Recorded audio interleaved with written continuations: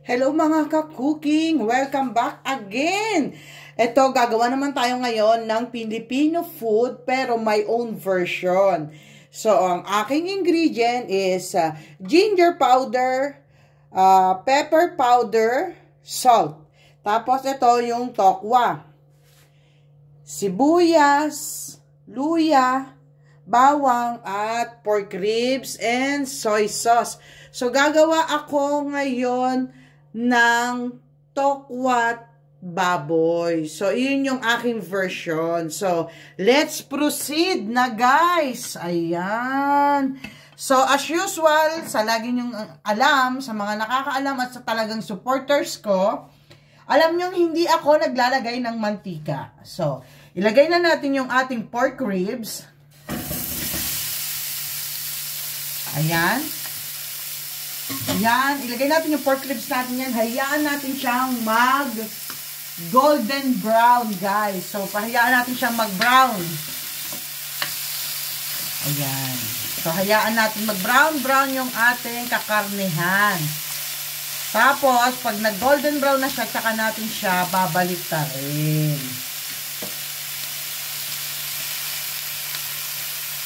Ayan guys, at dahil siguro golden brown na siya, pwede na natin siyang ibaliktad. Ay, oo nga, oh, diba? Oh, golden brown na yung ating kakarnihan. Ayan. So, pag golden brown na siya, alam nyo na ang kasunod, sibuyas, bawang at luya ilalagay natin para kumapit yung lasa sa karne, no? Ayan, sa mga talagang totoong followers ko, alam nila kung paano ako magluto. Bihira ang may mantika. Ayan. So, ayan, ganun din ang gagawin natin dito sa side na to. Pagbabrownin din natin siya.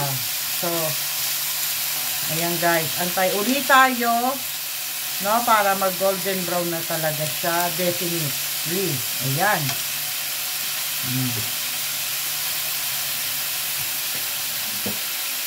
Ayan, naku guys, magugustuhan nyo to. Malamang kulang ang isang kalderong kanin na lulutuin nyo pag sinubukan nyo tong recipe ko. Try nyo lang. Nako, at talaga naman siguradong mag-e-enjoy ang kakain.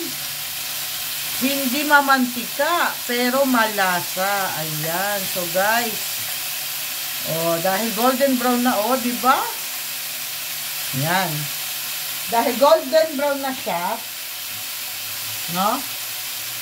Ilalagay natin yung ating sibuyas. Ayan.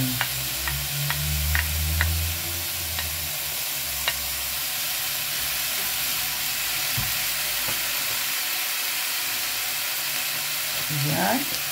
No?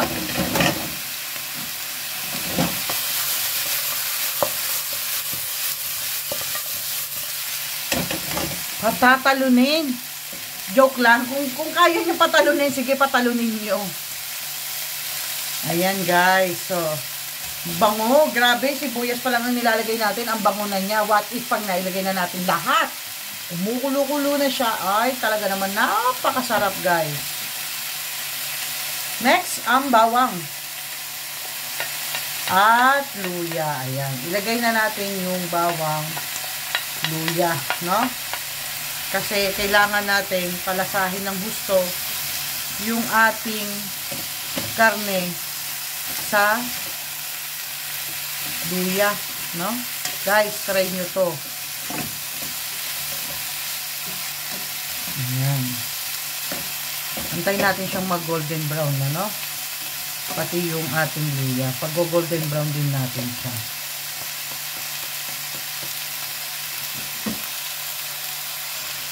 Ayan. Haluin natin, ano?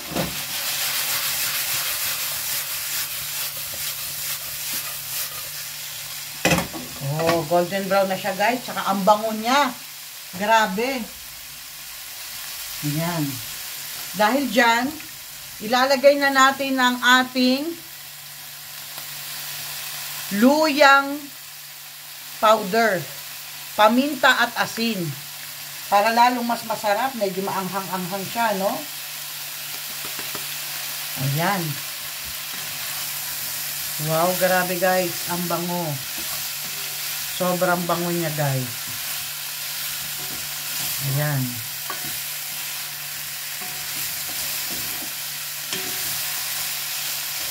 Grabe, sa bango. Nakakatakam guys. Ayan. Dahil na ilagay na natin yung ating mga ingredients, no? May lalagay naman natin ngayon ang ating toyo. 4 tablespoon ang toyo.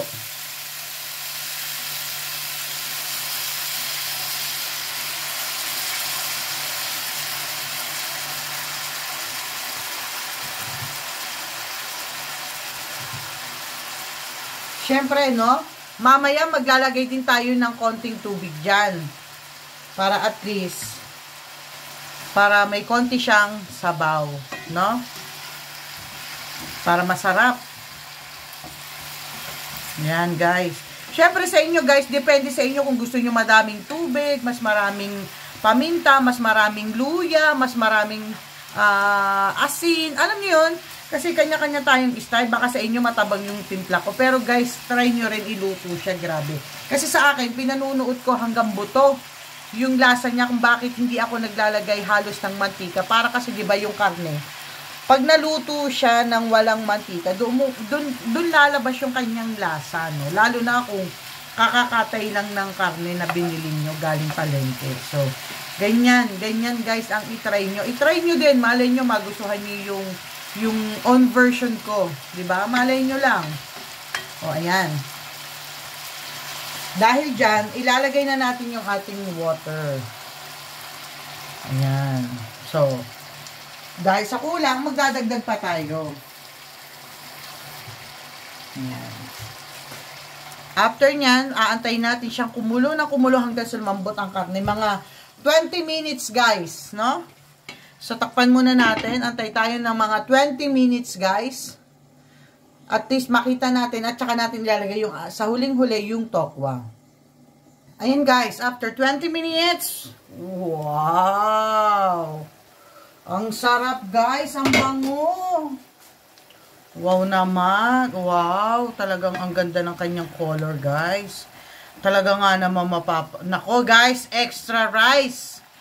Talagang mapapa-extra rice kayo nito. Tingnan nyo, ang ganda ng kulay ng ating karne. Diba? Grabe guys, ang sarap niya. Ngayon, ilalagay na natin yung ating piniritong tokwa. Ito, pinirito ko na to para at least madali na siyang mailuto agad. Diba? Ayan, tingnan nyo naman guys. Ulam pa lang. Grabe. Oh, talagang nanunuot sa ano na to, sa buto yung lasa, guys. Ayan, guys, kagaya niyan, ano, ganito. Kung kayo, para sa inyo, kulang yung sabaw, magdagdag na lang kayo ng sabaw, no, para sa kanin nyo. Kasi sabaw pa lang, guys, grabe. Ulam na, guys, oh. Naku, guys, talaga mapipilitan tayo nito na, ano, mag-only rice. Sira ang diet sa mga kakain nito. Ayan guys, so mag-aantay ulit tayo, no, ng mga 5 minutes. So, antayin na lang natin ng 5 minutes, ganyan, ano. Grabe guys, ang sarap niya. Ayan guys, after 5 minutes na pag-aantay, ito pa siya, oh. Guys, grabe, ang sarap niya. So, depende na sa inyo kung sa inyo paiigahin nyo yung sabaw o hindi. Pero sa akin, ganyan, kasi yan ang gusto ni Alberto. Para daw sa kanin. O, diba guys? I hope na nagustuhan nyo. Thank you for watching mga ka-cooking!